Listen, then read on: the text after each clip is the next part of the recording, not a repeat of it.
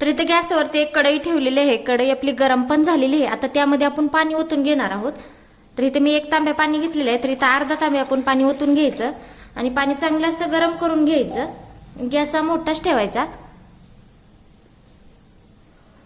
तर इथे बघा पाणी आपलं चांगलं असं गरम झालेलं आहे। तर इथे मी 1 पॅकेट मॅगी घेतलेलं होतं, थोडंसं असं तुकडं करून घेतलेलं आहे, ते आपण ह्याच्यामध्ये टाकून घेणार आहोत आणि ह्याला चांगलं असं शिजवून घ्यायचं। गॅस मोठाच ठेवायचा, मोठ्या गॅसवरती चांगल्याला शिजवून घ्यायचं। आज आपण खूप छान अशी नवीन पद्धतीने मॅगी पासून नाश्त्याची रेसिपी करणार आहोत। खूप सोप्या पद्धतीने होणार आहे, खायला पण मस्त लागणार आहे आणि लहानांपासून मोठ्यांपर्यंत सर्वांना आवडणार आहे। त्यामुळे ही रेसिपी तुम्ही शेवटपर्यंत नक्की बघा आणि तुम्हाला माझा नाश्ता कसा वाटतो तो कमेंट मध्ये मला पण नक्की सांगा। चला तर मग आपण रेसिपीला सुरुवात करूया। तर आता इथं आपली मॅगी छान अशी शिजून झालेली आहे। तर आता आपण ही मॅगी काढून घेणार आहोत आणि ह्याच्यातलं पाणी व्यवस्थित असे गाळून घ्यायचं। तर इथे बघू शकता मॅगी मधलं सर्वच आपण पाणी काढून घेतलेलं आहे। तर आता ह्याच्यामध्ये आपण टमाटा, इथं मी 1 टमाटा घेतलेलं आहे, ते असं बारीक चिरून घेतलेले आहे, ती ह्याच्यामध्ये आपण टाकून घेणार आहोत। इथं 2 हिरव्या मिरच्या घेतलेल्या आहेत, त्या पण अशा बारीक चिरून घेतलेल्या आहेत, ती पण टाकायच्या।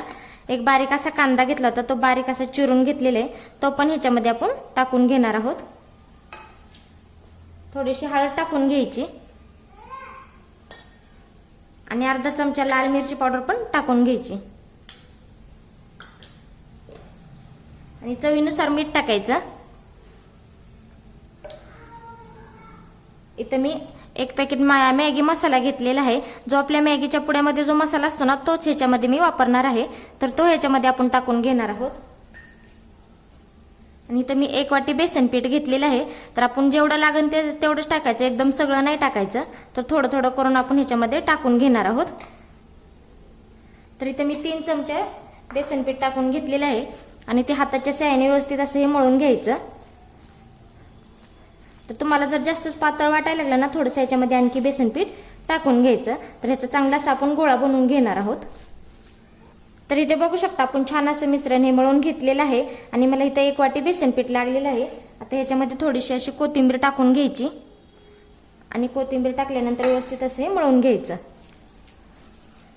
आणि जर तुमच्या हाताला असं चिटकायला लागलं ना तर थोडासा तेलाचा हात घ्यायचा, म्हणजे ते व्यवस्थित असं चिटकत नाही।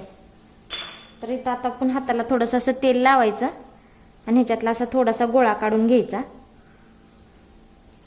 तर असं छोटे छोटे गोळे करायचे।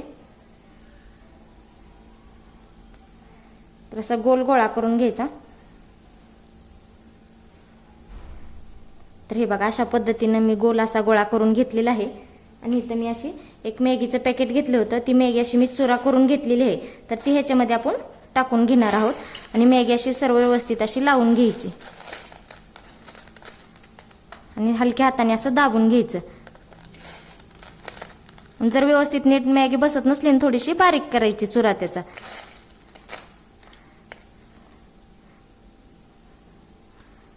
तर हे बघा अशा पद्धतीने आपण सर्व असं गोळ तयार करून घेणार आहोत आणि अशीच मॅगी पण लावून घेणार आहोत। तर इथे बघू शकता आपण छान असे हे तयार करून घेतलेले आहे। तर चला तर मग पुढची तयारी करून घेऊया।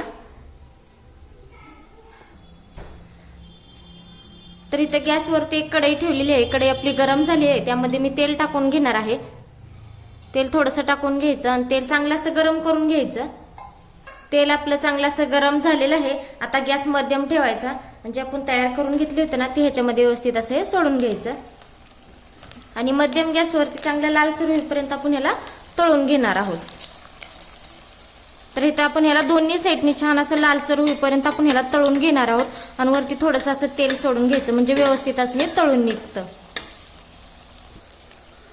तर इथे बघू शकता आपण दोन्ही साईडनी छान असं हे तळून घेतलेलं आहे। तर आता आपण हे काढून घेणार आहोत। तर इथे बघू शकता छान असं आपण हे तळून घेतलेलं आहे। तर बाकीचं पण अशाच पद्धतीने आपण तळून घेणार आहोत।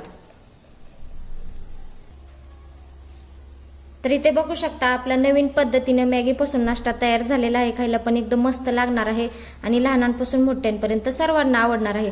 तर इथे मी तुम्हाला तोडून दाखवते। तर बघा किती मस्त असा हा नाश्ता आपला तयार झालेला आहे, घरी नक्की ट्राय करा। तुम्हाला माझा नाश्ता कसा वाटला तो कमेंट मध्ये मला नक्की सांगा।